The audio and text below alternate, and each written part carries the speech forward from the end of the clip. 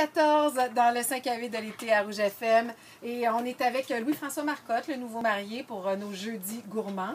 J'aime ça. Je vais faire une anecdote drôle. Je vous ai écouté la semaine passée dans ton jeudi gourmand. Puis oui. Stéphano, que je connais bien, que j'aime beaucoup, il disait, en fait, en réaction, tu m'as tellement fait rire. Moi, je savais que c'était le mariage 2 jours après. Oui, ah oui. À Stéphano, oh yeah, je vais essayer ça en fin de semaine. Oh yes, je vais essayer la salade de fenouil. Mais oui, c'est sûr, je vais faire ça en fin de semaine. Moi, tu m'as tellement fait rire. J'étais assis dans mon char, puis je vous le dis, à la maison, dans l'auto, j'ai texté pour dire.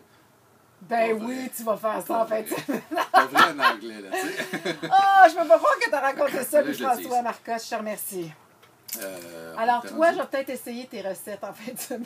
Ça, encore une fois, je le crois pas. Bon, OK, attends, oui, je vais t'expliquer pourquoi. Parce que là, pendant les chansons, on a changé le menu de Louis-François parce que je suis revenue sur son mariage en fin de semaine. J'ai adoré pendant les entrées, pendant le cocktail. On a eu des palourdes de casino. Ouais. Là, j'aimerais ça que tu donnes la recette parce que je trouve ça tellement hot. J'aimerais ça pouvoir faire ça, mon palourdes de casino, c'est assez simple. En fait, le plus dur, c'est de trouver des belles grosses palourdes. Là, vous allez dans une bonne poissonnerie, vous achetez des palourdes, il faut les faire dégorger parce qu'il y a souvent beaucoup de sable dans une palourde. Donc, c'est pas le fun, tu sais, tu fais juste ça comme des moules, par exemple. Les moules, ben, t'as pas le sable que tu as dans les palourdes. Les palourdes, il faut les mettre dans un fond d'eau, idéalement, un fond d'eau dans une plaque dans le frigo une nuit, puis ils vont comme lâcher le sable. Okay. Ça, c'est l'idéal. Sinon, tu les mets dans une chaudière d'eau courante, tu laisses l'eau passer, même si elle commence à s'ouvrir, parce que tu vas les cuisiner tout de suite après. Après ça, tu vas les mettre dans un poêlon avec un peu d'huile, puis juste pour les faire ouvrir à vapeur, mais sans rien d'autre. Tu peux mettre un petit peu de vin blanc que tu vas récupérer. Et là, quand elles sont toutes ouvertes, tes palourdes, tu les sors des coquilles. Et une fois qu'elles sont toutes sorties, tu vas hacher. Puis là, tu achètes des grosses palourdes. Là. Oui. Puis tu vas les hacher un petit bout. Et là, tu pars ta préparation. Tu pars un poireau, du beurre. Puis là, pas d'huile d'olive, du gros beurre. Là. Ouais. Et tu fais revenir ton poireau, vraiment tomber, suer doucement. Pas de coloration. Ensuite de ça, tu vas mettre comme une tasse de vin blanc. Mettons qu'on dit 2 tasses de poireau en haché, on va mettre une tasse de vin blanc. Puis là, on laisse réduire avec 2 cuillères à soupe de beurre. Puis là, tu laisses réduire ton vin blanc à sec. Donc, c'est pour ça que j'aimais ça, c'est gras. Mais c'est pas si gras que ça. Oui, c'est gras. Fait que j'essaie de me convaincre des fois. Et là, tu laisses réduire à sec. Donc, ton vin blanc va devenir sirupeux avant que ça colle. Là. Et là, tu vas ajouter à ça, mettons, 3/4 de tasse de crème 15 champêtre ou la 35.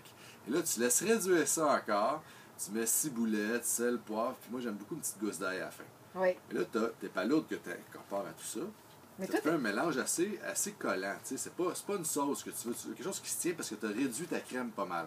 Et toi, tu les as servis dans des petites coquilles, comme des coquilles Saint-Jacques. Tu les remets dans tes coquilles de palourdes. Voilà. Tu as récupéré. Tu mets ce mélange-là dedans. Tu mets de la chapelure dessus et du gruyère. Là, tu renvoies ça au four quand tes invités arrivent. Tu manges ça comme une bouchée de coquille Saint-Jacques. C'est tellement le bon Dieu dans la bouche. C'est assez solide. C'est incroyable. Okay, fait c'est fou parce que nos papilles aiment le gras. Hein? C'est fou. Cette recette-là, donc, va se retrouver sur notre site web de Rouge FM. Oui. Et là, tu voulais nous parler des brochettes. J'ai pris en note pour marquer ça sur le site web. Non, tu vas faire ça pendant les pauses.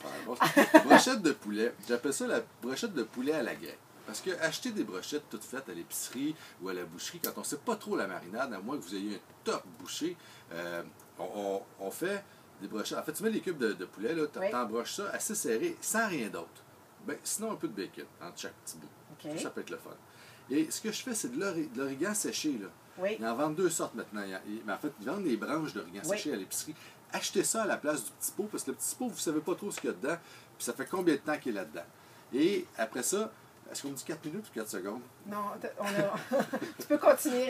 Il te reste 4 secondes, François. C'est parfait.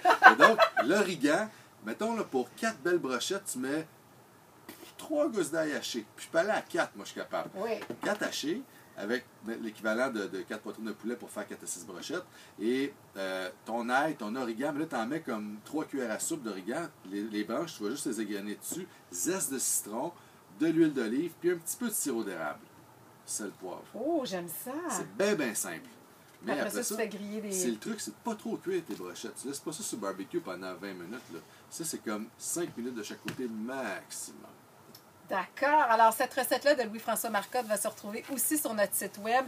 J'adore ça parce que la dernière fois que j'ai mangé du poulet sur le barbecue avec toi, tu avais brûlé le poulet. Alors, tu restes avec nous. Chacun son tour, Louis-François. Oui. On va poursuivre avec quelqu'un que tu aimes beaucoup, qui est venu vous faire une chanson surprise à votre mariage. Oui. On va y aller avec Bobby Bazzini, Bubblegum, dans le 5 à 8 de l'été.